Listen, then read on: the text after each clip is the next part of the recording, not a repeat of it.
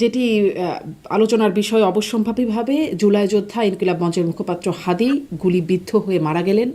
তারপরে যা যা হলো, প্রথম আলো, ডেইলি স্টার পত্রিকায় ভাঙচুর, হামলা, অগ্নিসংযোগ, সাংবাদিক নুরুল কবিরের উপর হামলা, ভেঙে ফেলা ৩২ নম্বর, আবারও বুলডোজার দিয়ে ভেঙে ফেলা, আওয়ামী লীগ নেতাকর্মীদের উপর হামলা, ছায়ানট, উদীচীর উপর হামলা, আরও বিভিন্ন জায়গায় দেশের হামলা।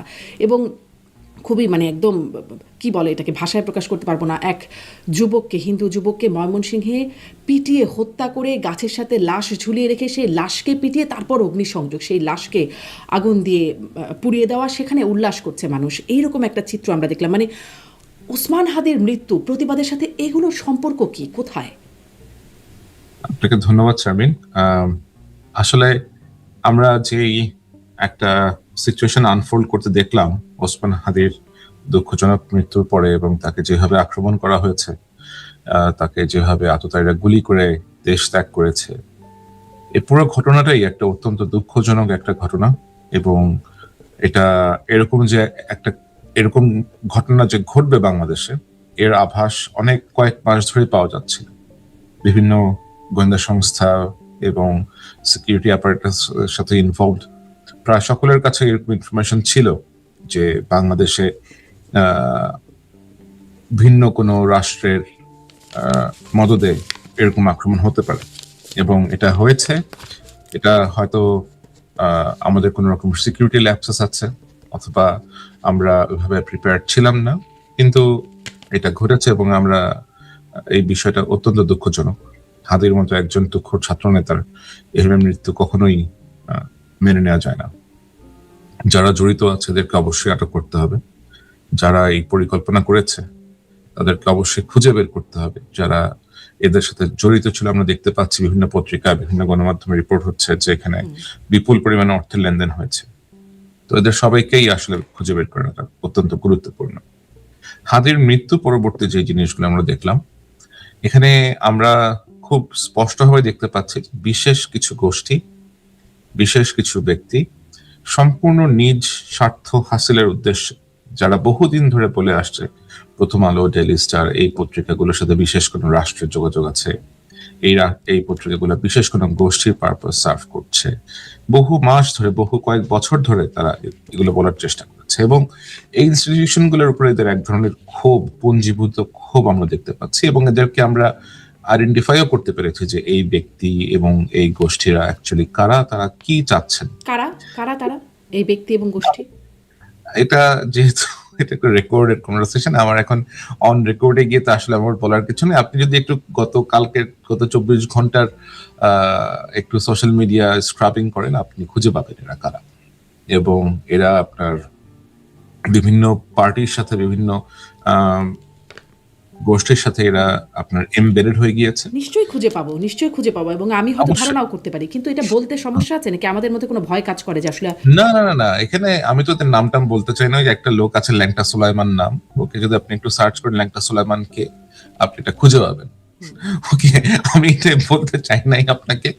So you will find who he is, এবং সে কি ধরনের কার্যকলাপ করে বেড়ায়। তার সহযোগী অনেকেই আছেন দেশে বিদেশে, এবং সরকারের ভেতরেও আমরা তো সবসময় শুনে এসেছি যে আমাদের সরকারের ভেতরেও একটা শ্যাডো সরকার বিদ্যমান। এই শ্যাডো সরকারের সাথে যারা আছেন, শ্যাডো সরকার যাদের পারপাস সার্ভ করছে, তারাই এগুলা সবকিছু ঘটিয়েছে। এই তারাটা আমি আরেকটু স্পষ্ট হওয়ার কি আপনার কাছ থেকে সুযোগ আছে কিনা?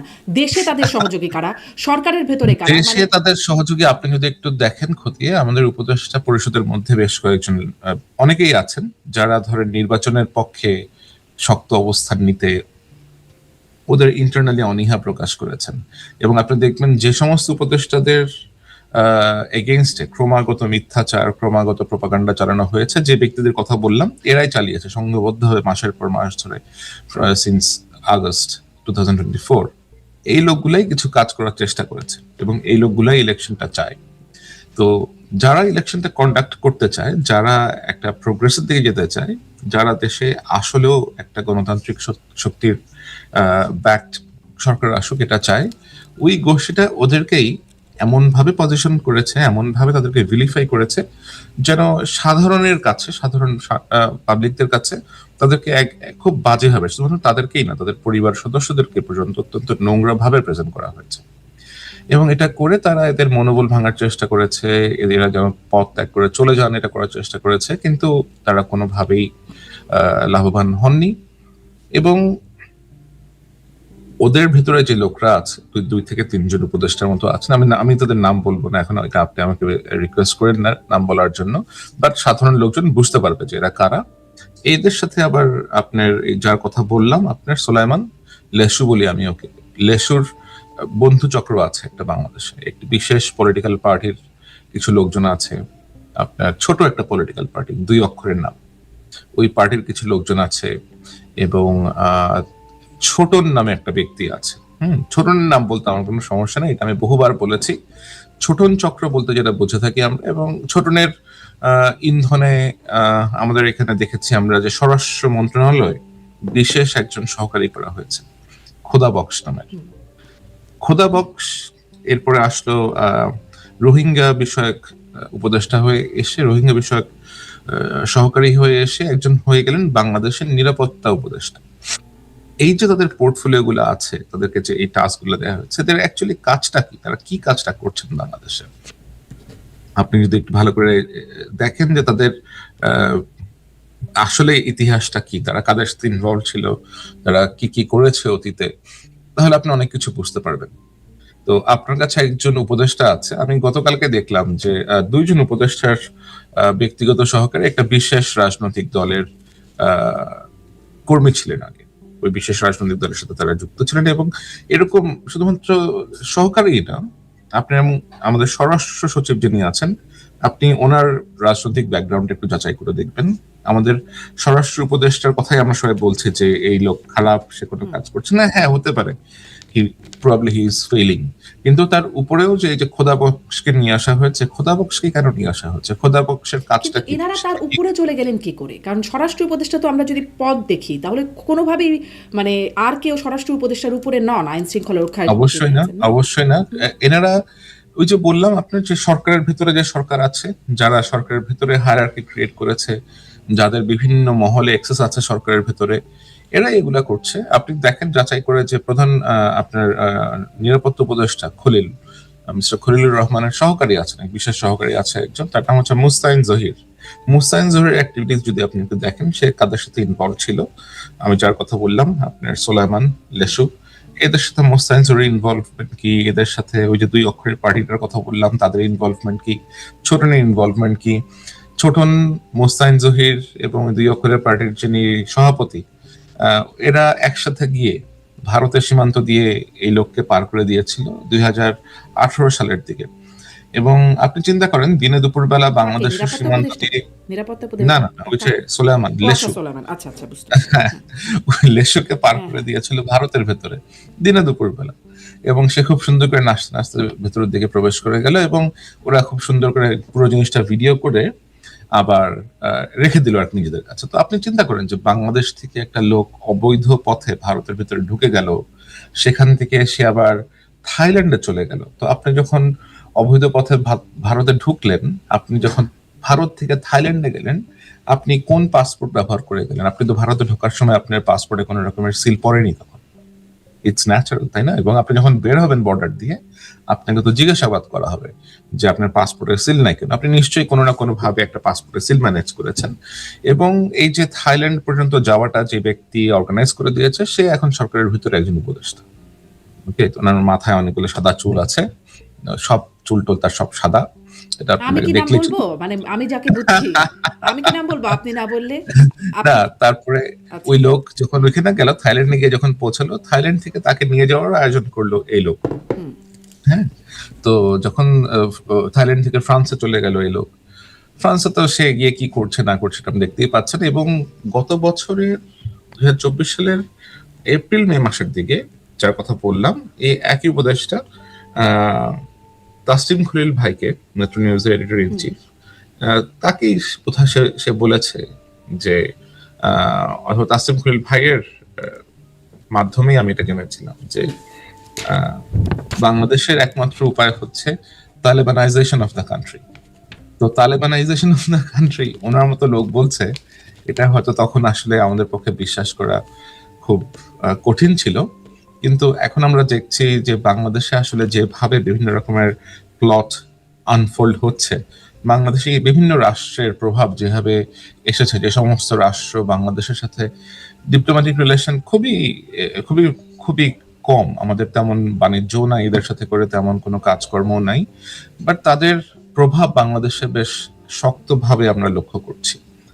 তো সবকিছু মিলিয়ে বাংলাদেশে ধরেন আমাদের পার্শ্ববর্তী রাষ্ট্র যেটা আছে ভারত, এরা তো অবশ্যই গত 16 বছর ধরে আওয়ামী লীগের সাথে তাদের যে সম্পর্ক, তারা যেভাবে আওয়ামী লীগের সাথে কোঅপারেট করেছে এবং তারা সম্পর্ক এস্টাবলিশই করেছিল আওয়ামী লীগের সাথে, তাদের কাছে বাংলাদেশ রাষ্ট্র এবং অন্যান্য রাজনৈতিক দলগুলোর যেন আর কোনো রকমের অস্তিত্ব ছিল না।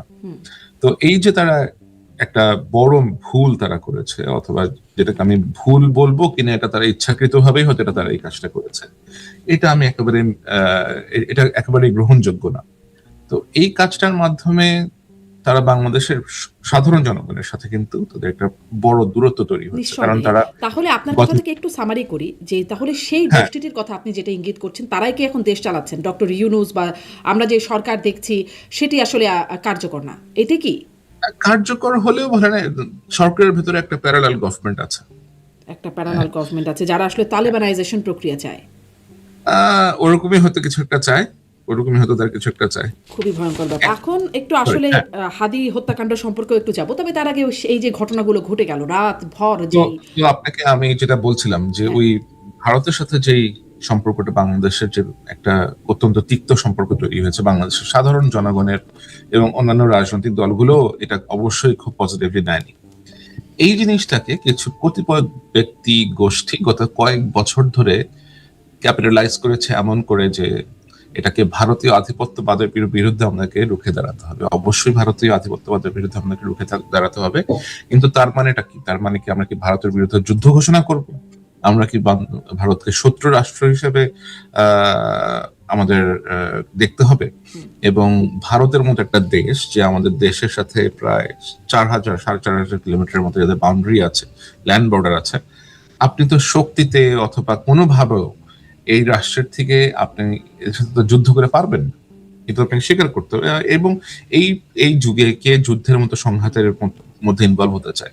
যেটা করা সম্ভব সেটা হতে পারে যে আপনি হয়তো একটা ন্যায্যতার ভিত্তিতে একটা সম্পর্ক এস্টাবলিশ করতে পারেন, আপনার কাছে একটা ওয়ার্কিং রিলেশনশিপ আপনাকে অবশ্যই রাখতে হবে।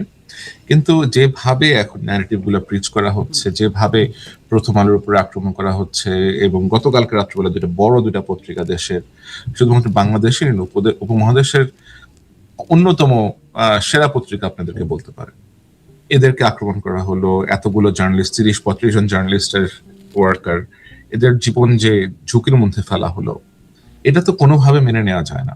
শুধুমাত্র তাই না, পাশাপাশি বাংলাদেশের সাংস্কৃতিক চর্চার যে কেন্দ্রগুলো আছে, আপনার ছায়ানট বলুন, উদীচী বলুন, এখানে আক্রমণ করা হলো কেন? আপনার হারমোনিয়াম ভাঙা হচ্ছে, তবলা ভেঙে ফেলা হচ্ছে, এগুলার দোষ কি?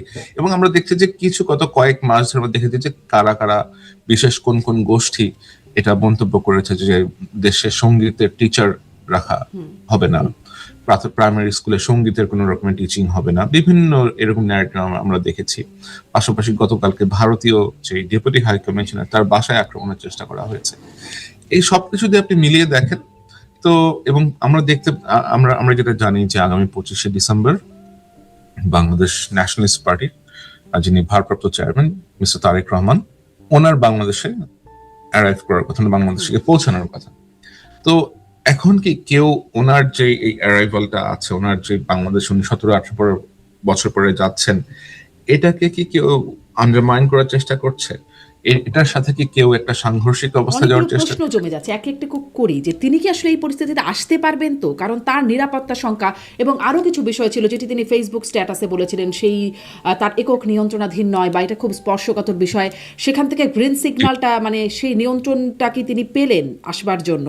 সেই গ্রিন সিগন্যালটা পেলেন, এবং দেশে যখন এই পরিস্থিতি দেখা যাচ্ছে, তখন কি আবার সেই শঙ্কাটা মানে উড়িয়ে দেওয়া যায়, যেই শঙ্কাটার কথা এতদিন ধরে শুনছিলাম?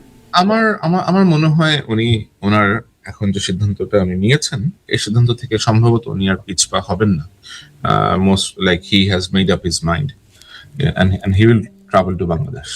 আচ্ছা, সেটি আপনি মনে করছেন। আসি একটু, আমি বলছিলাম যে হাতি হত্যাকাণ্ডের বিষয়ে একটু যাব। ও আচ্ছা, ভারতের বিষয়ে যেটি আপনি বলছেন যে তারা যে এই যে যুদ্ধ ঘোষণা করার মতো একটা অবস্থানে, আপনি বেশ আগে থেকেই এই একটা প্রক্রিয়ার কথা বলছেন। হ্যাঁ, আমরা তো শুনছিলাম যে মানে এখন যখন এই ভাঙচুর চলছে তখন সার্জিস আলম লিখছেন উই আর ইন ওয়ার। আমরা দেখছি হাসনাত আবদুল্লাহ তো বলছেন বিচ্ছিন্নতাবাদীদের আশ্রয় দিতে হবে, সেভেন সিস্টার্সকে আলাদা করে দিতে হবে। মাহমুদুর রহমান বলছেন যে আমরা ভারত যুদ্ধ ঘোষণা করেছে। এর আগে আমরা দেখেছি ব্রিগেডিয়ার আমান আজমি, গোলাম আজম পুত্র, তিনিও বলেছেন সেভেন সিস্টার্স আলাদা করা, তাদেরকে সহায়তা করা। রাওয়া ক্লাবের সভাপতি বলেছেন, এরকম আসলে অনেকেই বলছেন। আপনি বলছিলেন যে আমরা তো আসলে যুদ্ধে যাবার মতো আমাদের সেই সক্ষমতাও নাই, বা এই সময় আসলে কে চায় যুদ্ধ করতে? সক্ষমতা নাই, বাস্তবতাও তাহলে এটার তারা আসলে কি চাইছেন? মানে তারা এই যে যুদ্ধ পরিস্থিতি করে তারা পারবো না একটা গেলে, সমঝোতা। অবশ্য নায়েবে আমির একটু আরেকটা লাইন একটু বলে দিই, জামাত ইসলামের নায়েবে আমির বলেছিলেন যে 50 লাখ তরুণ প্রস্তুত আছে ভারতের সাথে যুদ্ধ লাগলে। জি, এরকম তাহলে তো আপনি মিলিয়ে তো ফেললেন যে এই ধরনের মন্তব্য যারা যারা করছেন অথবা করেছেন, তারা আসলে কতটা পলিটিক্যালি সাউন্ড। এবং যদি কেউ পলিটিক্যালি সাউন্ড হয়েও থাকেন এদের মধ্যে দুই একজন, তাহলে তারা কেন এরকম হঠকারী মন্তব্য করবেন? এরকম হঠকারী মন্তব্য আপনি তখনই করবেন যখন আপনার সামর্থ্য নাই, কিন্তু আপনি কিছু একটা করতে চাইছেন। এবং এটা কেন করতে চাইছেন? আপনি হয়তো লোক দেখাতে চাচ্ছেন, আপনি হয়তো নিজেকে প্রেজেন্ট করতে চাচ্ছেন যে আপনি একজন অত্যন্ত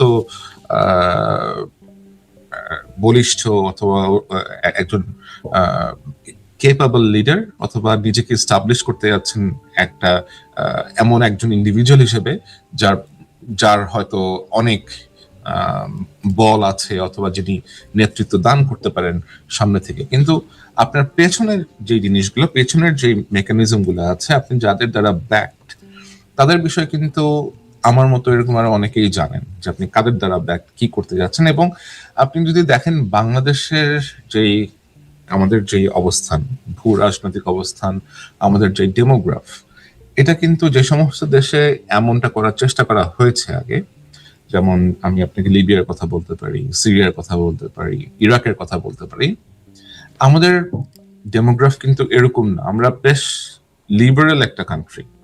আমরা এখানে হিন্দু, মুসলমান, খ্রিস্টান, বৌদ্ধ, আমরা সবাই সবার সাথে একসাথে মিলেমিশে বসবাস করতে পছন্দ করি। আমরা কট্টরপন্থী দেশ না। আমরা সালাফিজম, আপনার এদেরকে আমরা ওয়াহাবিদের মতো আমরা না। আমাদের যে মুসলিম ইয়েটা আছে, আমাদের মুসলমান সমাজ এরকম না। আমরা একটা মোটামুটি মডারেট লাইফ লিভ করতে চাই, আমরা শান্তিপূর্ণভাবে থাকতে চাই। কিন্তু এখানে কারা এই সালাফিজের আইডিওলজি আনতেছে, কারা এটা আমাদের সোসাইটিতে ইন্ট্রোডিউস করতে যাচ্ছে, এটা কিন্তু মোটামুটি রকমের পরিষ্কার। তো এই ধরনের অ্যাপ্রোচ নিয়ে, এই যে ধরেন আপনার বিভিন্ন রকমের অ্যাপ্রোচ তারা গ্রহণ করেছে, বিভিন্ন ধরনের ন্যারেটিভ। আপনি তাদের কথা বললেন, এই যে মাহমুদুর রহমান, উনি যেটা বলতে পারেন না সেটা ওই হাসনাদেরকে দিয়ে উনি বলেন, হাসনাত সার্জিসদেরকে দিয়ে বলেন আর কি। এটাই আমি জানি, এবং এটা সবাই জানে। ওরা যে দলটা করে এনসিপির অনেক অনেক ছেলেরাই এটা খুব ভালো করে জানে যে মাহমুদুর রহমান এই জিনিসগুলো পুশ করে থাকেন। এবং ওনার উদ্দেশ্যটা কি, সেটাও হয়তো আমরা আগামী 48 to 72 আওয়ার্স এর মধ্যে দেখতে পারবো, কেন কি কারণে তারা এগুলা করছে। কেন এই 48 to 72 আওয়ার্স কেন, মানে এই সময়টাকে আপনি বিশেষায়িত 48 to 72 আওয়ার্স আমি বললাম কারণ বিভিন্নভাবে বিভিন্ন মাধ্যমে যে ইনফরমেশন গুলো আমাদের কাছে আসছে। গতকালকে তো আমরা রাত্রেবেলা দেখলাম একটা চরম ভ্যান্ডালিজম করা হয়েছে। প্রথম আলোর অফিস পুড়িয়ে দেওয়া হয়েছে, আপনার ডেইলি স্টারের অফিস পুড়িয়ে দেওয়া হয়েছে, পাশাপাশি ছায়ানটে আক্রমণ হয়েছে, উদীচিতে আজকে আক্রমণ হয়েছে, এবং ভারতীয় হাই কমিশনের অ্যাটাক করার চেষ্টা করা হয়েছে। আপনি যদি আবার 2-3 দিন আগে একটা লেখা পড়ে থাকেন, ফেসবুকেও আমার লেখা আছে, ওখানে টুইটারেও বোঝা আছে যে একটা চরম অস্থিতিশীল পরিস্থিতি সৃষ্টি করার তোড়জোড় চলছে। এবং এই তোড়জোড়টা তারেক রহমানের নির্বাচনকে সামনে রেখে আশাকে ঘিরেই অনেকটা এরা একটা পরিকল্পনা করছে। সো যেহেতু এর মাঝখানে হাদির মতো একজন তরুণ নেতার মৃত্যু ঘটলো দুঃখজনক ভাবে, তো এই যে আপনি যে বলছেন যে একটা উদ্দেশ্য থাকতে পারে 48 থেকে 72 আওয়ার্সের একটা, এই বিষয়কে আপনার তো অনেক মানে ভেতরে অনেক তথ্য আপনার কাছে থাকে, গোয়েন্দারা জানেন তো যে অস্থিতিশীল হতে পারে, তাদের কি কোনো প্রস্তুতি আছে? হ্যাঁ, অবশ্যই জানেন, অবশ্যই। আপনি জানেন তারা প্রস্তুত, নাকি হাদিকে গুলি করে পালানোর মতো ওই রকমই একটা প্রস্তুতি? না না না, হাদিকে গুলি করে পালানোর পরে আমার আমার মনে হয় না যে এই দোষটা সম্পূর্ণভাবেই আসলে সিকিউরিটি এজেন্সিদেরকে এভাবে দেওয়া উচিত, কারণ যখন এই ঘটনাটা ঘটার পরে দেখেন একটা সময় তো ছিল, একটা পিরিয়ড তো ছিল, 4 থেকে 5 ঘন্টা পরে আইডেন্টিটিটা জানা যায়, এবং যারা তাকে পালাতে সহায়তা করেছে এরা কিন্তু বেশ স্মার্ট, এরা এরা বেশ পরিকল্পিত ভাবেই তারা পালাতে সহায়তা করেছে। আপনি দেখবেন যে ওর যে মোটরসাইকেলটা ছিল, মোটরসাইকেলের পেছনে যখন গুলি করে তখন ওটার পেছনে যেটা সিএনজি ছিল, এই সিএনজি গুলাও কিন্তু তার দলেরই সদস্য, হ্যাঁ এবং তাদের পরিকল্পনা ছিল যে যদি ব্যর্থ হয় তারা এখান থেকে স্মোক স্ক্রিন তৈরি করে তারা এখান থেকে স্কেপ করবে, তারা এখান থেকে পালিয়ে যাবে। সুতরাং যারা এই পরিকল্পনা নিয়ে করেছে নিশ্চয়ই 1 থেকে 2 দিনের প্ল্যান এটা ছিল না, এটা অনেক দিনের প্ল্যান ছিল, এবং এই প্ল্যানিং এর কারণে আপনি দেখেন যে আমরা দেখতে পাচ্ছি এই ছেলেগুলা কিভাবে হাদির প্রচারণার ভিতর পর্যন্ত ইনফিলট্রেট করেছে। আপনি একটা ছেলেকে ঢোকালেন, কয়েকটা ছেলেকে আপনার প্রচারণার অংশ করলেন, এমন সেন্সিটিভ সময় এই ছেলেকে আমরা দেখলাম সে ইনকিলাব মঞ্চের অফিসে পর্যন্ত গিয়েছিল, তো নিশ্চয়ই পরিকল্পনা করেই তারা এই কাজটা করেছে, তাই না? জি নিঃসন্দেহে। এবং এই পরিকল্পনাটা যে কিছু একটা আছে, তাকে যে 30টির মতো নাম্বার থেকে হাদিকে হত্যা সহ তার পরিবারের উপরে আক্রমণ ইত্যাদি নানান রকম হুমকি দেওয়া হচ্ছিল, সেটি যেমন জানা ছিল, সব কিছু আসলে গোয়েন্দাদের জানা ছিল। তারপরে এই ঘটনাটি তো না থামানো গেল, না তাদের পালানোটা বেশ নিরাপদেই তারা পালিয়ে গেল। এখানে মানে আপনি বলছেন গোয়েন্দা ব্যর্থতার কথা বলা যাবে না, তাহলে কি এরকম কিছু গোয়েন্দা ব্যর্থতা এরকম কিছু বলার সুযোগ আছে? আমি ভালোভাবে দোষ দেওয়া যাবে না। শুধু তাদের দেওয়া যাবে না, কোনো মানে ইনভলভমেন্টটা কোথা থেকে? অনেকে বলছেন ডিপ স্টেটের ইনভলভমেন্ট আছে, আদৌ আছে কিনা আপনার কাছে, মানে এটাও একটু মানে জানতে চাই, ইনভলভমেন্টেরও কোনো ব্যাপার আছে কিনা? ইনভলভমেন্টের ব্যাপারটা আমার মনে হয় বেশ পরিষ্কার হয়ে গেছে যে এখানে কারা এটার সাথে করে ইনভলভ ছিল এবং কারা কোন উদ্দেশ্য নিয়ে এই ঘটনাটাই আপনার ঘটিয়েছে। আপনি দেখেন যে এই ছেলেটার আগে রাজনৈতিক অ্যাফিলিয়েশন কি ছিল, এবং এই ছেলেটা যাদের সাথে রাজনীতি করতো আমরা কয়েকটা নাম সামনে এসেছে, ইসমাইলের নাম সামনে এসেছে, আপনার সম্রাটের নাম সামনে এসেছে, আপনার জাহাঙ্গীর কবির নানকের ব্যক্তিগত সহকারী বিপ্লবের নাম সামনে এসেছে, এবং আমার যে সমস্ত সূত্র আছে তাদের সাথে আমি যাদের সাথে কথাবার্তা বলে, সূত্র মানে আপনার কোনো গোয়েন্দা সংস্থা অথবা কোনো সিকিউরিটি ফোর্সের সূত্র না, এটা আপনি বলেন আওয়ামী লীগ কেন্দ্রিক সূত্র বলেন, আন্ডারগ্রাউন্ড রেডের সূত্র বলেন, আমি তাদের সাথে অনেকের সাথে আমার কথাবার্তা বলতে হয়েছে এর বিষয়ে। এটা নিয়ে আমি যেটা বুঝতে পেরেছি যে it was a very much coordinated plan by আপনার বিপ্লব, সম্রাট, এই চক্রে মোহাম্মদপুর কেন্দ্রিক যে গ্যাংটা ছিল ওদের আওয়ামী লীগের, ওই চক্রের পরিকল্পনায় এই কাজটা করেছে। জি, আপনি তার পূর্বের রাজনৈতিক সম্পৃক্ততা বলছেন ছাত্রলীগ, আপনার পোস্টগুলো আমি খেয়াল করি, আপনি লিখেওছেন যে তার রাজনৈতিক সম্পৃক্ততা কেমন, মানে এই সম্পৃক্ততা আবার অনেকে এরকমও প্রশ্ন করছেন সেরকম সম্পৃক্ততা কিনা, যেরকম করে সাদিক কায়েম সম্পৃক্ত ছিলেন, হাসনাত, সার্জিস, এনারা যেরকম সম্পৃক্ততা ছিলেন, যেটাকে এখন ইদানিং বলা হচ্ছে লুঙ্গির নিচে লুকিয়ে থেকে রাজনীতি করা, সেরকম আসলে এও লুকিয়ে থেকে, তাছাড়া এত কাছে আসলো কি করে হাদির? আচ্ছা আসলো, তিনি এরপরে যখন ছাত্রলীগ সবাই পালিয়ে বেড়াচ্ছে তখন সে ব্যাংক লুট করার মতো ঘটনা ঘটালো, আবার জামিনও পেয়ে গেল। এরকম একটা ক্যারেক্টার পোর্টফোলিওর একজন মানুষ একদম হাদির ডান হাত হবার মতো ঘনিষ্ঠ পর্যায়ে চলে গেলেন, এটা কিভাবে? এই ছেলেটাকে যদি আপনি ট্র্যাক করেন আপনি দেখবেন যে ছেলেটার মধ্যে বেশ কিছু ইন্টারেস্টিং ট্রেট আছে। সেগুলো কি, যে তার চেহারা সে প্রায় চেঞ্জ করে, তার চুলগুলো কখনো অনেক বড় বড় থাকে, কখনো সে স্পেক্স পরে না, কখনো সে কন্টাক্ট লেন্স পরে, কালার্ড লেন্স পরে, কখনো সে আবার চুল বেশ ছোট করে ফেলে, আবার বেশ অদ্ভুত রকমের একটা ফ্রেম চশমা পরে। এবং তাকে আমরা দেখেছি যে সে এই ঘটনার 1-1.5 মাস আগেও যখন সে অ্যারেস্ট হয়ে বের হয়ে আসে তখন সে একটা আওয়ামী লীগের ঝটিকা মিছিল করে, ওইখানেও সে ছিল, তাকে ওইখানে স্পট করা গেছে। এবং হাদির সাথে যে যখন ইনভলভ হয়েছে তখন কিন্তু তার অ্যাপিয়ারেন্স আবার চেঞ্জ, ঝটিকা মিছিলের অ্যাপিয়ারেন্স এবং তার হাদির সাথে যখন সংশ্লিষ্ট হয় সেই অ্যাপিয়ারেন্স কিন্তু একরকমের না, এবং এটা অনেকেরই তাকে চিনতে সমস্যা হবে যদি এভাবে সে আসে, কারণ তখন তো আসলে এক্সকিউজ মি নির্বাচনী প্রচারণার সময় তো অনেকেই আসে, এবং হাদির পক্ষে অথবা ওর টিমের পক্ষে হয়তো এটাকে সেভাবে ফিল্টার করা পসিবল হয় নাই, বাট এটা জুলকারনাইন স্যার শুধু তো সে প্রচারণায় না, তার সাথে আড্ডায়, তার সাথে একদম ব্যক্তিগত আলাপচারিতায় ওয়ান কথা বলছেন, এরকম তো তাকে দেখা যাচ্ছে। শুধুমাত্র প্রচারণায় র্যান্ডম এসছেন এরকম তো না, তাকে তো খুব ভালো চেনা জানা বলে মনে হচ্ছে।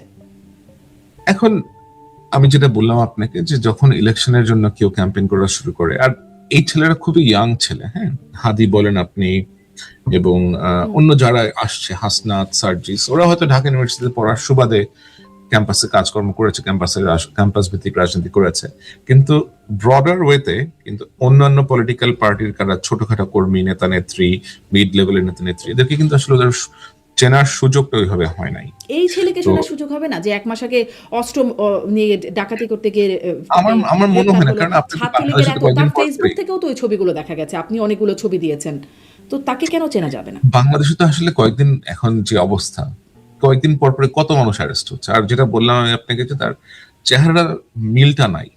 তার চেহারার যে মিলটা ছিল অস্ত্র সহ গ্রেফতার হওয়ার পরে সে যখন আবার বের হয়েছে, তারপরে সে আবার চুল বড় করছে, আবার চুল বড় করার পরে সে আবার ঝটিকা মিছিল করছে, ঝটিকা মিছিলের পরে গিয়ে সে আবার আপনার তার হেয়ার কাট করে এরকম করেছে। সো এই যে তার একটা ট্রেন্ড, এটা বেশ সারপ্রাইজিং।